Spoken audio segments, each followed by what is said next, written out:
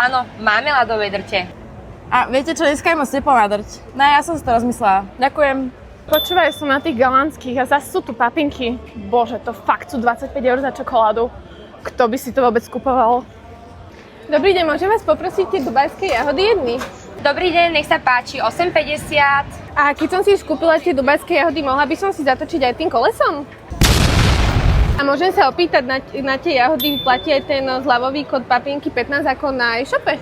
Zľava platí iba na e-shope. Tak nič, nevadí, ďakujem. Majte sa. Taktiež ďakujem, majte sa. Papinky. Čaute, dievčatá. Tak ja by som si poprosila jednu anielsku, alebo marakuju, alebo ne tú novú s tým karamelom, čo máte. Alebo, no ne anielsku, tak 3 anielské, alebo víš čo, doberiem zo všetkých. 3 anielské, 2 marakuji, dajte mi tam aj tie karamelové. A jahody dvoje, zoberiem aj švagrinej, hej. Legenda hovorí, že pani tam stojí dodnes a stále nakupuje.